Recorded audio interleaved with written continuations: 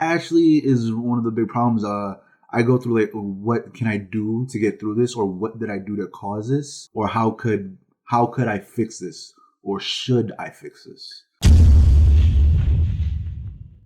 For me, because I've learned it, especially when I had the diabetes, that when my blood sugar was leveled up, I was sick, I was tired, I was in pain, I was throwing up. So with that and the heart surgery, I was like, I have to feel better. I want to live longer. I want to feel better. I want to go do more stuff. I want to get out of the hospital.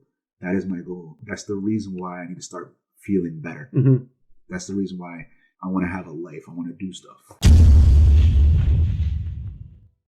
You know what my biggest flaw is? Mm-hmm. I trust too many people. However, it's like, okay, like I already like you. I trust you. Mm-hmm. You almost have to do something for me not to trust you, which is the opposite. Yeah. Yeah, could I get burned? Of course. But at least it allows me to get to know them.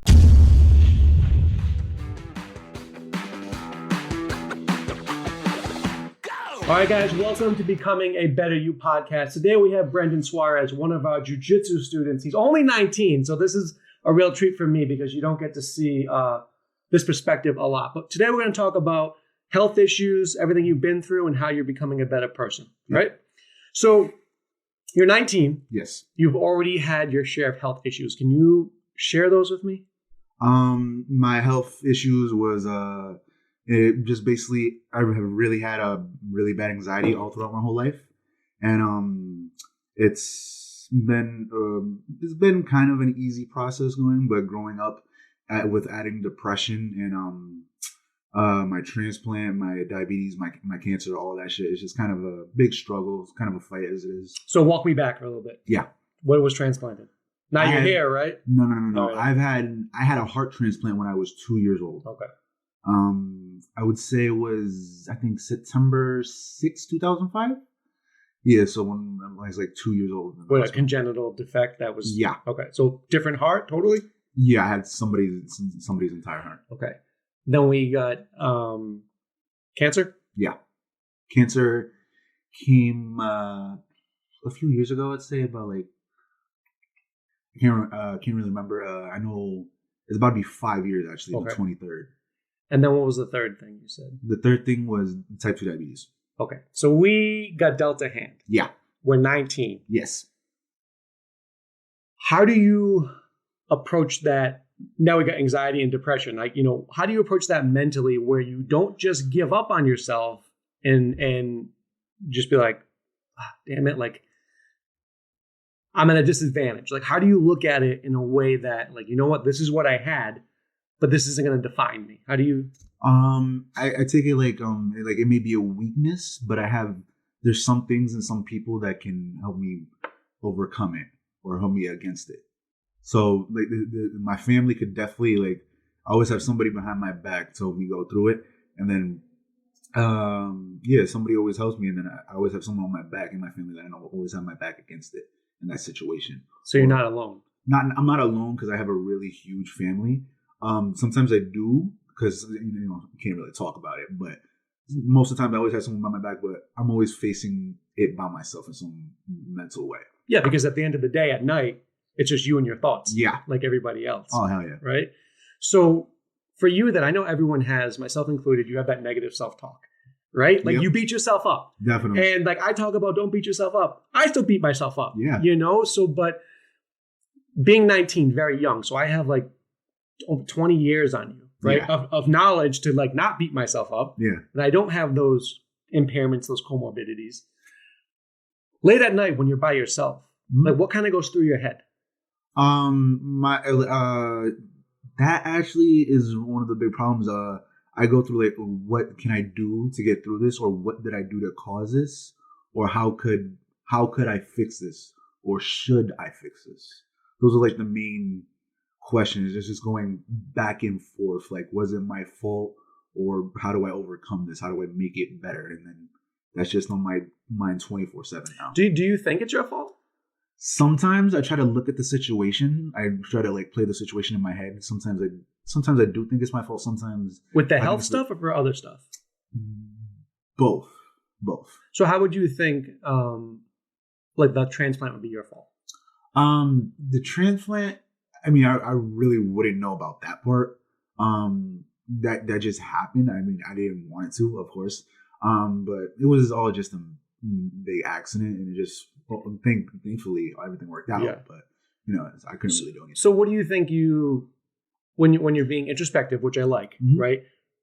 What do you think that you possibly caused? It like the anxiety, the depression, or I think the anxiety, that because it's really bad, so I can't really control it. But there's some people that like from in my past that know how to trigger it or know how to take advantage of it. Okay, so almost like allowing them to almost take control of you. Yes. Yeah. I mean, everyone gets triggered. Oh, hell yeah. Right? I mean, in today's society, everybody gets triggered. You know, and I think the big thing for you is, from my perspective as a coach, like, okay, cool. Like, you didn't cause it. Yeah. And if you did cause it, you didn't mean to cause it. Yeah. Right? So the better question is, what you've already said, is like, how do I improve? How do I make this better? Yeah. So you took steps to actually make this better because you're now taking jiu-jitsu with us. For what reason? It's for a lot of reasons. I did it to lose weight and to get some exercise. I did it for the anxiety and depression, and it actually really big helps me now. How so? Because now I can just, if something's going on, I know I come in like on Sunday mornings after work, after a long, very stressful day at work. I know that class will definitely help me feel better, because I know no matter who I get mad at, no matter what happens, I can just take it out on a bag, and I can feel very better about myself and feel more confident. Yeah, and so your skills are improving because I'm watching you. Yeah, right. I don't train you necessarily, but I'm watching you. Yep. And it's an outlet. But here's the other thing: you're also prioritizing yourself. Yeah. Which I think is huge for somebody who's 19 who went through everything that you went through. Yeah. Right? Because I think, listen, other people may turn to drugs. Yep. They might turn to having a victim mindset. Yeah. Right? Which is like, all right, all this stuff happened to me. Like, well, I'm just going to play the victim and hope I get attention and sympathy from other people. Yeah. But that doesn't get you anywhere. No. Where you're taking steps to actually become a better person. Yeah. And let's just talk about, when we talk about like the depression, right? We know that happiness isn't like a 100% state. Yeah. Like you're going to have fluctuations. Definitely. But how does like exercising, learning a new skill like jiu-jitsu, being able to punch a bag, how does that help depression for you? Yeah, well, no, because it helps me with learning something. So it literally just takes my mind off of it. The more I practice something, the more I get my mind off of it. And then the more I get better at it, the more I know, like, okay, I can do this now. I don't have to worry about whatever got me upset, or worry about whatever got me mad. I can just learn something new and just learn that.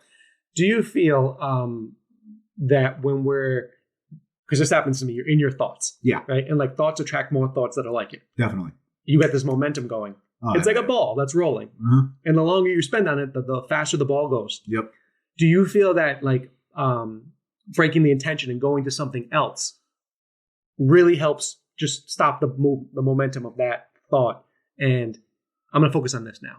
And then when I come back to this, it's not as fast. It's not as powerful. It's like I've moved on because I took myself away from what was triggering me or making me anxious or depressed, focused on this thing, which is fun. Yeah.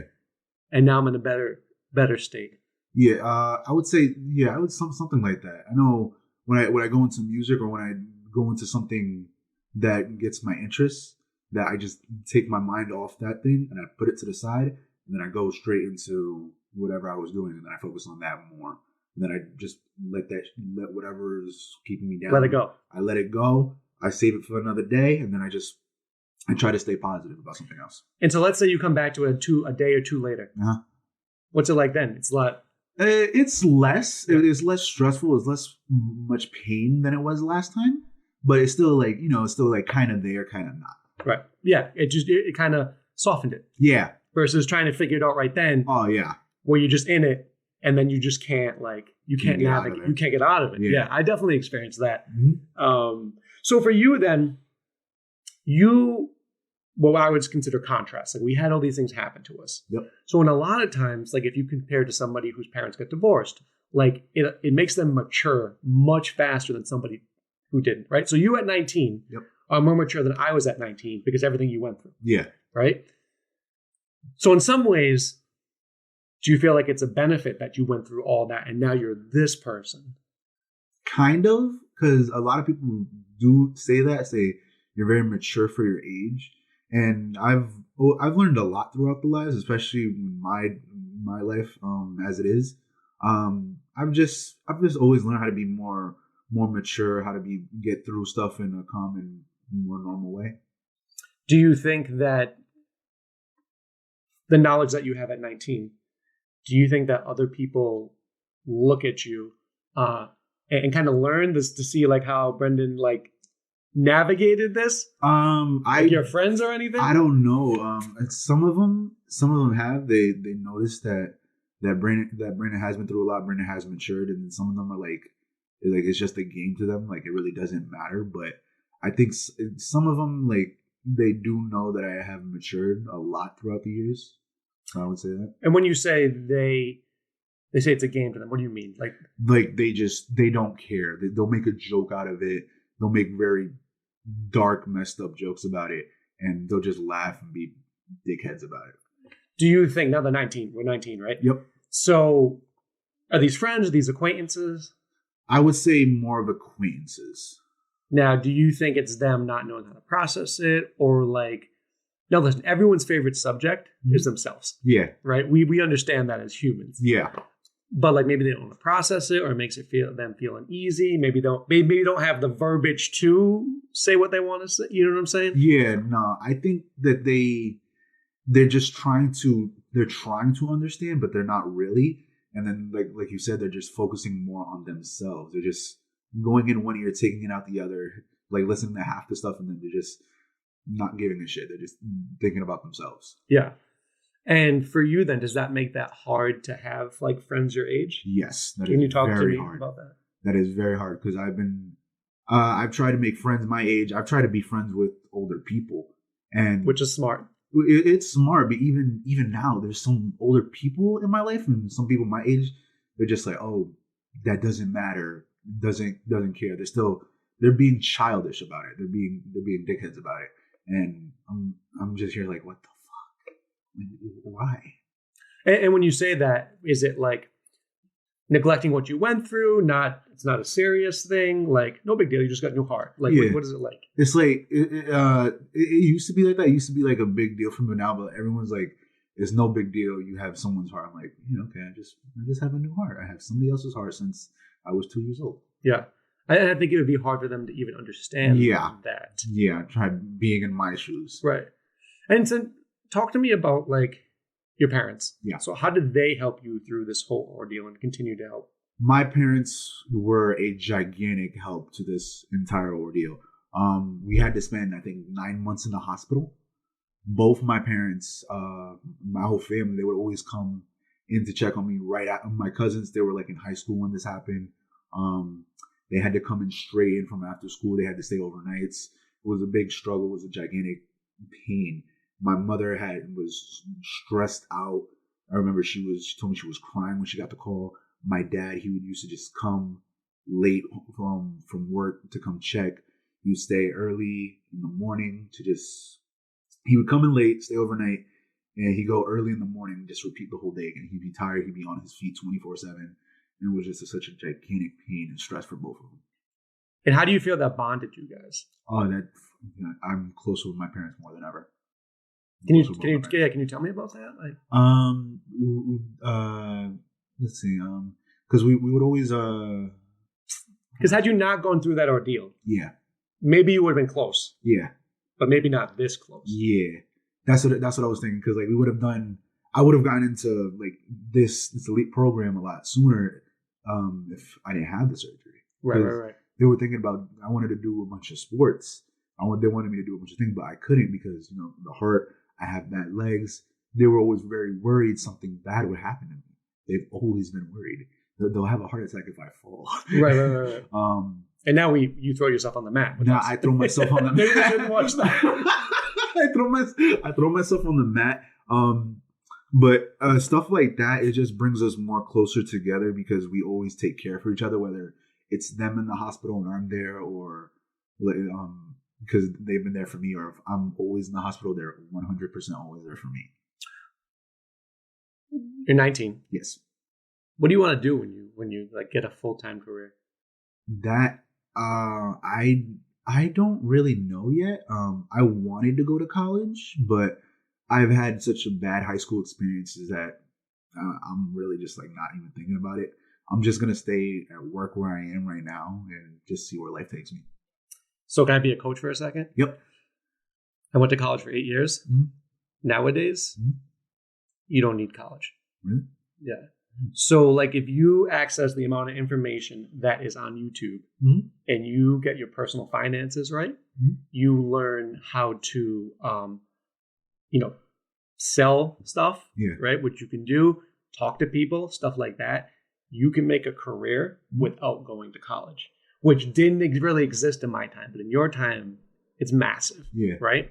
So like if college isn't where you want to be, that doesn't mean you can't still have an advanced education by doing it on your own. So before, we'd have to go on books and stuff like that. Yeah. You have these gurus, so if you wanted to learn about losing weight, like you could watch my videos and learn everything you need to know and streamline it. So like, I don't say people shouldn't go to college, but nowadays it's not becoming as necessary as it did before, unless you need to get a degree like me, where it's a physical therapist. Yeah. Like you can't just watch YouTube videos and become a PT. No. But you can sell stuff.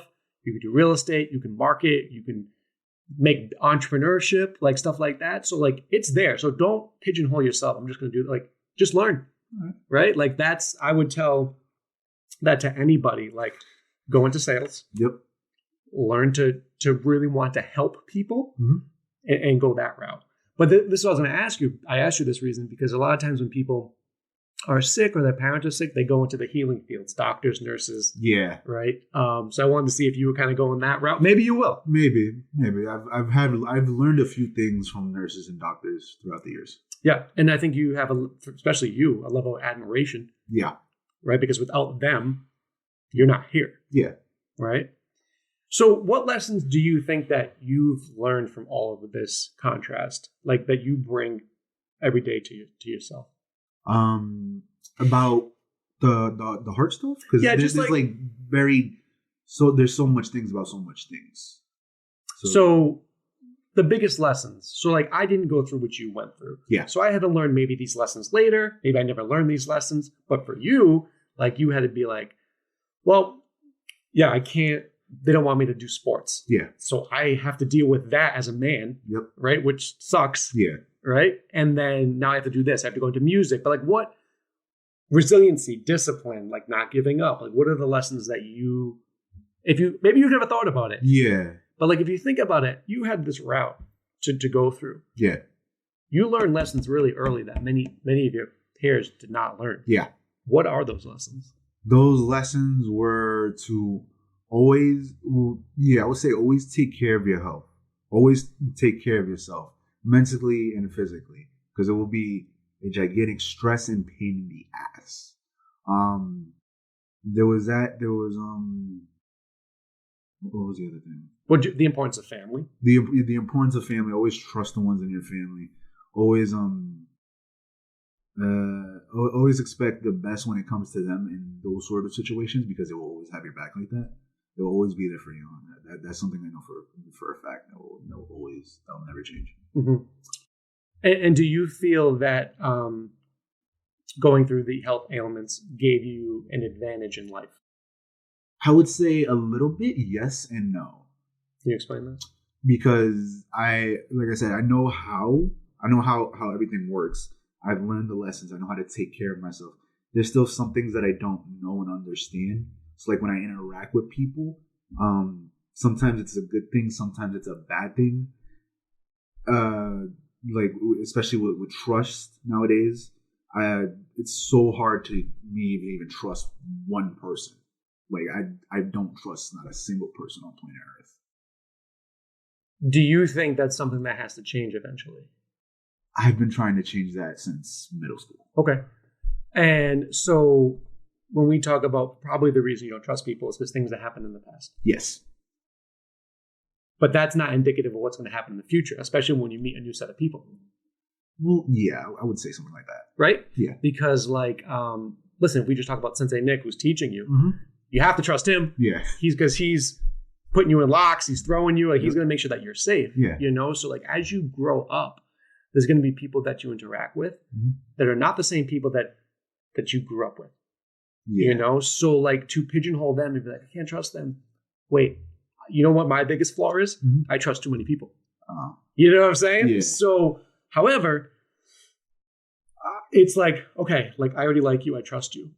You almost have to do something for me not to trust you, which is the opposite. Yeah. Yeah. Could I get burned? Of course. But at least it allows me to get to know them. Yeah. You know what I'm saying? Yep. So I think for you, it's like, okay, listen, like I don't have to trust them fully. Yeah, no. I got to give them my bank account numbers. Yeah, no. But like, let me give them the benefit of the doubt because like that's the people I was interacting with when I was 18 and younger. But now I say I get older, you're going to meet more professional people, right? And I think that's going to be a good lesson. Is you're just okay, but you're a smart kid, right? So you're going to know, definitely. You know what I'm saying? I definitely. And then if they screw you, well, good. Yep. So here's what I do. I don't hold grudges, but if you screw me over, I don't forget. Oh, definitely. You know what I'm saying? Definitely. It's like you could be in my circle, and if I'm a good. That's me 100%. Yeah. So that's how I do it. You know what I'm saying? I want to get back to because I talk to a lot of women who don't prioritize themselves, who let their health go. People don't realize when you let your health go, how much your life ends up being horrible because you're sick. You're not feeling good. You're tired. The amount of money you spend in the hospital. Yes. You were in the hospital for 9 months. I don't even want to attempt to see that bill. Right. And people think that insurance is going to cover the whole thing. It's not. Right? I've had people be like, insurance will cover it. You don't obviously know what insurance does and does not cover. No. Insurance doesn't want to cover anything. No, it really doesn't. But can you tell me, like, as somebody who's been in the hospital, like you talked about how important your health is. Yeah. Why do you say that? Like someone who's never been sick, like they think that it doesn't matter. I'll work on my health when I'm 60. Yeah. Why should they work on their health every day? No, because they should work on it every day because it's better for, of course, the body and the mind. Yeah. And for me, because I've learned it, especially when I had the diabetes, that when my blood sugar was leveled up, I was sick, I was tired, I was in pain, I was throwing up. So with that and the heart surgery, I was like, I have to feel better. I want to live longer. I want to feel better. I want to go do more stuff. I want to get out of the hospital. That is my goal. That's my point. That's the reason why I need to start feeling better. That's the reason why, like I want to have a life. I want to do stuff. Yeah, and I said that's that edge I was telling you about. Like those are the lessons. Like people don't think like that. Yeah. A normal 19-year-old kid, what's he thinking about? Video games, women. Yep. I don't know. Maybe that's it. That's it. You know what I'm saying? They're not thinking about, like, for the most part, my health, what I'm eating. Should I learn Jiu Jitsu? Exactly. Right? So your generation is different than my generation. Yeah. Which I guess is normal. Yep. But I feel like that your generation it has a ton of benefits, like the YouTube, like everything you can learn, the interactions you can have with people. But like you're missing almost social interactions, like in the real world. Yes. Do you feel like that being 19? Sometimes I do. I do feel like that. Can you tell me like how you guys navigate things? I mean, for me, it was like, cause I'm mostly like, I'm more of a quiet person. I don't really talk as much cause it's hard for me to keep a conversation with someone. I think that some people have a lot around my age. It's kind of hard to like go up and like, say, hi, how are you? My name is Brandon, what do you like to do? What's this? And then some people always giving you bullshit attitude. Someone's giving you negative. Someone's giving you good shit. It's like, are they mean just because they came up to you? You came up to them? Yeah, they're mean because I came up to them, or they'll give me like a dirty look. It's always like bipolar vibes. So I would say something like, is that a term you guys use? Really? I didn't. That's that's something I use. Okay. Some people do use that, but it's always been like that since like in and outside of high school, and sometimes even now. So for you, how COVID was three years ago or so? So you about 17? Something like that, yeah. How did you deal with that as a teenager? COVID, well, first of all, we have to make sure you don't get it, right? Yeah, I definitely. It was kind of more scarier for me and my conditioning because doctor wanted me to get, like, I was one of the kids who had to get the flu shot first. So, like, I had to get it first because they wanted me to be extra safe. So I got all 3 shots. So I'm fully vaccinated now. with that, I mean, it was still kind of a struggle with the mental health thing because I was trying to do stuff online. I was trying to do work online. I was trying to talk to my friends online, and all that was a gigantic pain in the ass.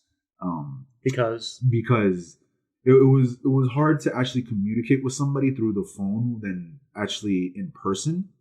And then I realized that there's a lot of a-holes out there that is just as bad of meeting them in person than doing it from on the screen, because it was sort of like online bullying. And okay, can you talk to me about that? Like I said earlier, if I go up to somebody and say hi, how are you? It was like somebody who just talked so much shit for no reason. They would just like to talk shit. People like to make fun of me because of my glasses. They like to say, oh, that brain is too ugly, brain is too fat. I'm like, I don't care, dude. I really don't give a shit what you think. I'm just here to like, just not be stressed, not be alone. Yeah. If you don't want that, get the fuck out. I don't care. Just leave me alone. I'm just trying to have fun. Right. And there's just a lot of assholes on there. I think I have like 2 friends that I met during COVID online. 2 really good friends of mine. Was it playing games or was it this was on an online app. Yep. I met them online. 2 really good people. I love them both with so much of my heart. It literally like them. Besides them, they were like just a bunch of assholes. It was horrible. Do you think that COVID changed how people now interact? I would say some people, yes. Some people, it definitely changed how they interact, because some people could have been very nice before COVID. Yeah, maybe. And then now they could be like very shy, not as much confident as they used to be. Yeah. So the isolation of COVID. Yep. The thing that saved me is I had a studio I could come to. Yeah. Right. I could work out in here. Everything was closed. We filmed like martial arts stuff and different things. But people are isolated. Yeah. How does that affect anxiety, depression, the mental aspect of life? So more people were depressed, more people committed suicide, more people turned to alcohol. Yeah. If somebody already had like high levels of depression and anxiety, how did COVID affect that? COVID made things so much worse, especially when you're in the house 24/7. Yeah.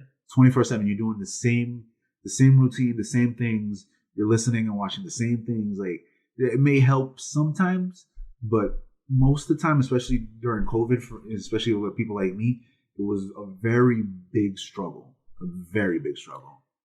And so what things help you feel more confident, decrease the anxiety, decrease the depression? What things help you? Coming here and sparring with Sensei Nick and Kevin, I know music really helps me.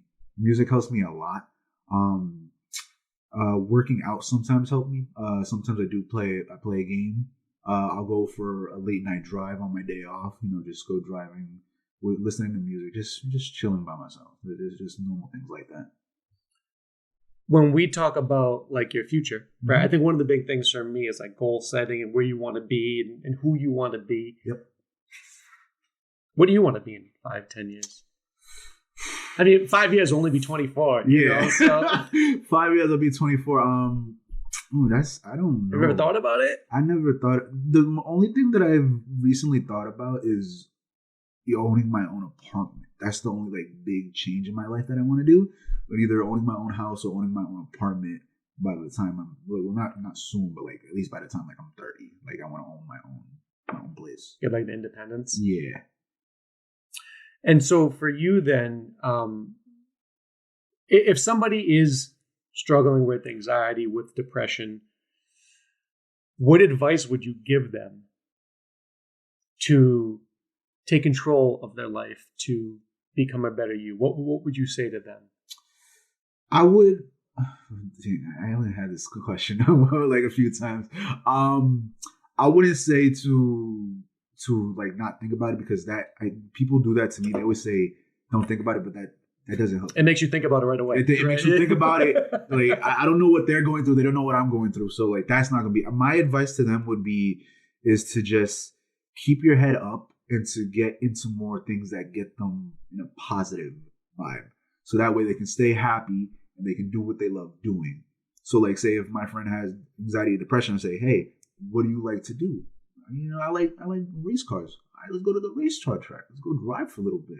Let's just go have fun. No worries. Whatever is haunting you, it'll come back another day. But for now, let's just have fun, you and me, right here, right now. So like follow your passion. Yeah. So this is the first time we kind of really talked together. Yeah. Right? Because I'm getting a sense that there's like Brandon that everyone sees, but then there's like the core of Brandon, yes, who's very caring. Yes. Do people get to see that? Not really. I because you don't trust them, or tell me about that. It's because I try to trust them. Like I want them to know more about me. I want to know the inner me, but they just push me away. Like they don't care. They try to, but then I can like they try to, but then it's like they're always saying something behind my back. Okay. I don't trust them more. I got to hear from someone else like, oh, this person said that about you, or this person said that they don't trust you, or that you should trust them, or I'm like, what the fuck? Do you think that, so I know, so people with anxiety, like I have anxiety, but probably not to the level as most people. Yeah. Right.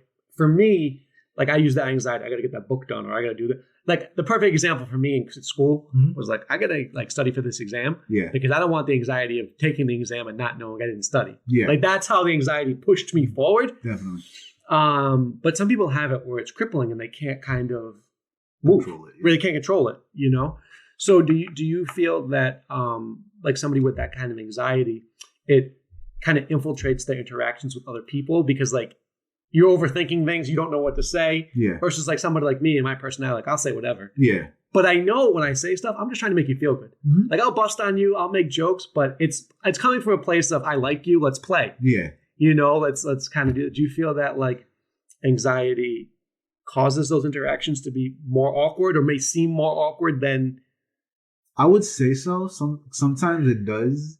It just really stops me, and then like I don't know what to say, or I'm thinking like, should I say this or should I say that? Yeah. Or what's gonna happen if I say this or that? Yeah. Sometimes I think I should think about more of what I say versus just saying. Yeah, definitely. So, I learned that the hard way. Yeah. Because I think that can make interactions very awkward. Yeah. And maybe people not knowing you have the anxiety, maybe that's why they're like, I don't know, push you away or whatever, because they don't understand that you're really trying to say the right thing here, but you don't. Yep. You know, do you feel like that's ever kind of the case? I would say so. There's been a lot of people that like just push me away and like oh, I don't know what Brandon's saying. I don't know what Brandon's trying to say. I'm trying to talk to you. I'm trying to tell you, but you keep pushing me away. Yeah. In that case, so I learned that whenever we have a fall or something about us that we know somebody is going to notice. Yep. Like for instance, the guy that was saying this, I forget his name, but he was a public speaker and he was like 80. And the first thing he said was, because he was teaching like public speaking. Yep. He's like, yes, I know I'm as old as George Washington. So like once he said that, you can't say that anymore because he already acknowledged it. Yep. So I wonder, like in this case, if you're like, hey, listen, like just so you know, I get a little anxious. So if I say something that is, you know, not what you want to hear or whatever, I'm sorry, that's not my intent. Yeah. It's all in the open. Yep. So this way, like if you ever do something, like, oh, okay, I get it. You know what I'm saying? Because like, I don't know, maybe that would help. Just kind of acknowledge it like ahead of time. Like, listen, I'm short, right? Yep. I make that joke like I can't reach the top cover. You know what I'm saying? I was like, but that's what I do. Yeah. You know, so I can tell an inappropriate joke right now, but we're not going to because we're on camera. No. But you know what I'm saying? But maybe something like that would help, where you're just more forthcoming and transparent, because like I can sense like in you, like you really care, like you're a caring person. Yeah. I don't think you get to show that to many people. Not really. I'm more. I have to show more of my bad a-hole kind of guy. Why do you think that is? A protection? Protection from me, and to show people that I'm not like all fully nice. Because like I do have a bad side. I don't really unleash it, and I think that's some people's goal is to get more of my bad side out, more of my good side, which I don't understand or know why. Yeah. But I am a caring person. I do love being nice to people. I love being nice to people. I love people being nice to me. But yeah, no, it's just that I just have to stand my guard up, keep my back to the wall, just keep that bad side more out. Okay. Yeah. And so I feel like now, just from talking, like you definitely protect yourself. Everyone protects themselves. Definitely, 100%. But at what point, we're 19, this is why I like talking to you. Yep. At what point do we got to let that go down? I think sometimes we got to take a couple arrows to the chest and keep walking forward. That's what I'm saying is I hate to do it. Sometimes I actually do. But I would say sometimes like when that one person who's like, I know who's actually listening, like who's like really listening, who understands me, that's when I like, just release a little bit. The Band-Aid comes off a little bit, not entirely, but like the more I start to trust them and let them know more about my nicer side. So tell me like who that really is. So let's say like, you're with somebody, you fully trust them. Yep. Like how are you with them? With them? Yeah. With them, I'm just more comfortable. I tell them. Is the anxiety a lot less? The anxiety doesn't even exist when I talk to them. Nice. Anxiety does not exist. Depression does not exist. So that means that anxiety and depression are based on the thoughts that we're thinking. Yes.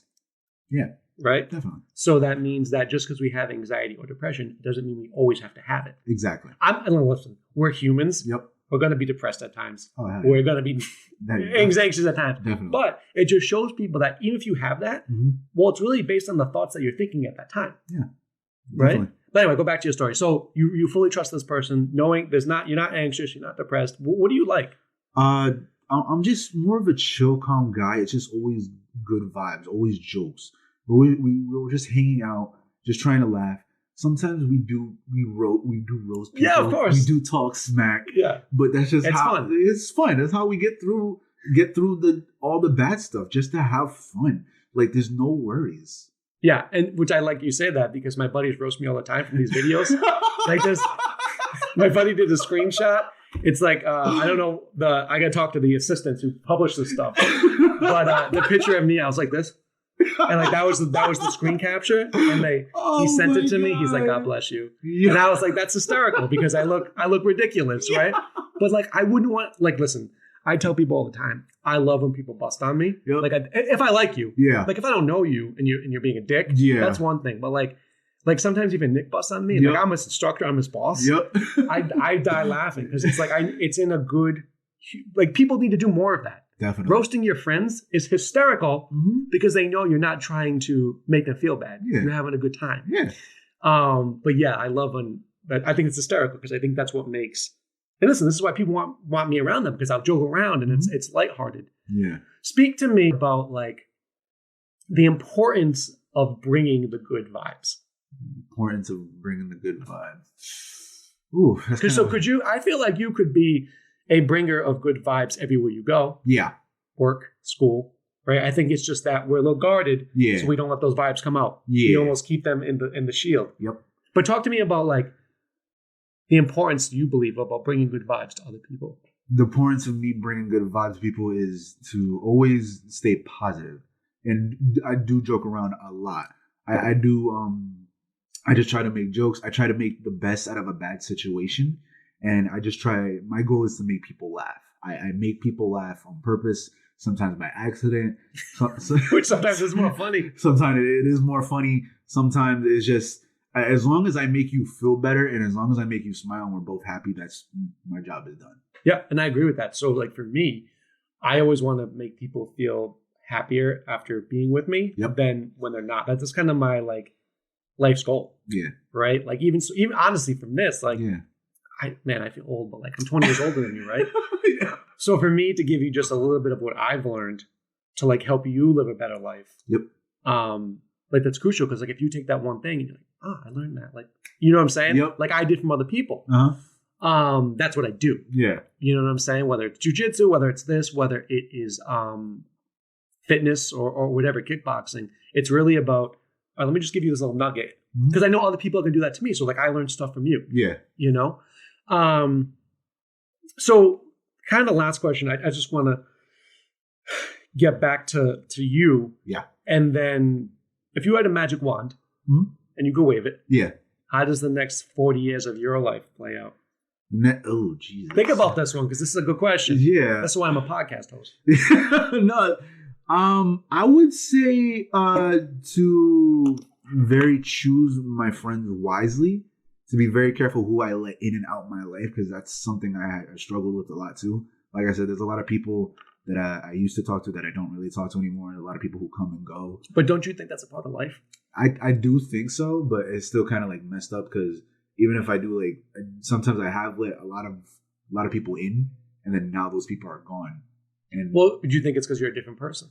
I think it's because that what was I saying earlier? Where like letting people in, letting them know about me, and then me thinking that was it my fault or was it their fault? Doing stuff like that. Yeah, and I agree with that. I think that sometimes it doesn't have to be anybody's fault. It's that you fell out of vibration. Yeah. You know what I'm saying? Mm-hmm. So like for me, and I want to get back to you, but like you're on a path, man. Mm-hmm. Whatever your path is, the people that's supposed to be on that path to help you will be on that path. And people that aren't won't be on that path. Yeah. You know what I'm saying? Definitely. And I think I learned that from teaching thousands of students. Mm-hmm.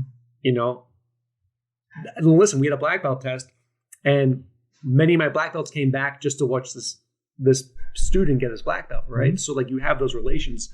But these are the people that like out of the tens of thousands of people I've trained, mm-hmm.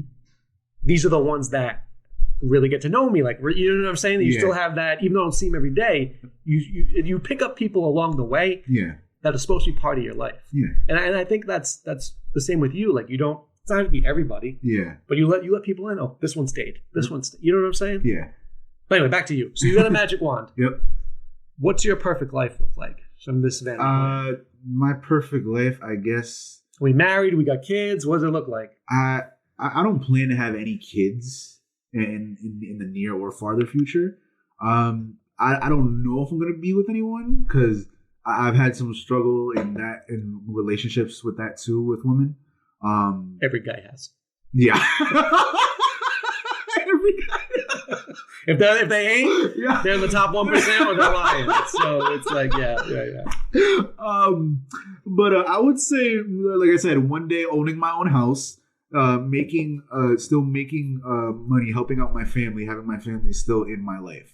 I don't know about getting married and having a whole nother family, because I think that's another big gigantic step that will scare the shit out of me one day. Well, you're young now too. Yeah. Just thinking about it right now is just kind of scary. Literally having a whole wife and a whole new family to take care of would just be terrifying. Yeah, right now. Yeah. Right now. But in the future. Possibility? There's a possibility. I would say it's like in the middle. Okay. Is there anything else that you want to say to anybody watching this? Because you're a caring person and you like to uplift people. So like, what advice would you then give them? They're just watching this. They're just not where they want to be. Listen, maybe they're in the hospital watching this. Yeah. What do you want to tell them? I would say to definitely, there is someone out there for everyone who will listen. There's somebody out there who will actually listen. I'm not guaranteed that they'll come sooner, but there will be one person in your life, because everyone has a long life, that they will listen, and that even if you are in the hospital, if you are going through something, and if you do have a big Hispanic family or just a small family, any kind of family, they'll always be there for you no matter what. Even if you did something wrong, you did something they're not proud of, you did something that they'll say they'll never forgive you for, they'll still always be there for you. So basically, just know you're not alone. Yeah. And maybe if you don't have those people that you can find that you can talk to, eventually they will show up. They will show up, or there's something that you can do to make it better. Yes. Well, I want to thank you for this and being transparent. Mm-hmm. I do think, all the medical stuff you went through. Yep. The lessons you learned from that will make you very successful in life as long as you apply them. Yeah. You know what I'm saying? Definitely. But the other thing is, I want to commend you on like taking steps at 19 to better yourself and not have that victim mindset of, I went through all this stuff. I have anxiety. I have depression. Let me stay home and play video games. You know what I'm saying? Like you're learning Jiu Jitsu. You're getting more fit. You're stepping out of your comfort zone. Yeah. You know what I'm saying? So I think you need to be commended on that. And don't forget that, like, you are your priority. Because if you're not the priority, you can't take it to anybody else. Definitely. Right? But thank you for this. Thank you. I wish you success, and then we'll have to do this again when you get your black belt. Oh, hell yeah, definitely. This definitely. Hello, my name is Dr. Marc Bochner. Don't forget to check out my new book, Pug Learns to Believe. Hey guys, Dr. Marc here. Now I know a lot of you want to know how we get all these amazing results with our clients, and it comes down to 3 things. The first is fun fitness classes that burn a lot of calories. 2 is giving you an accountability coach to make sure you stay on track and get the best results. And 3 is the nutrition. Included in the nutrition is our food supplements. So we pair with Prestige Labs because I feel they are the best, they have integrity, and they get great results. These are actually the supplements that I take as well. Here's the awesome part. By clicking the link below, you can save 40% off the retail price. So you need that link to actually save 40%. If you just go to the normal site without my link, you're paying full price, okay? So these are the supplements my clients use. If you are interested, definitely click the link below and it'll tell you all about them.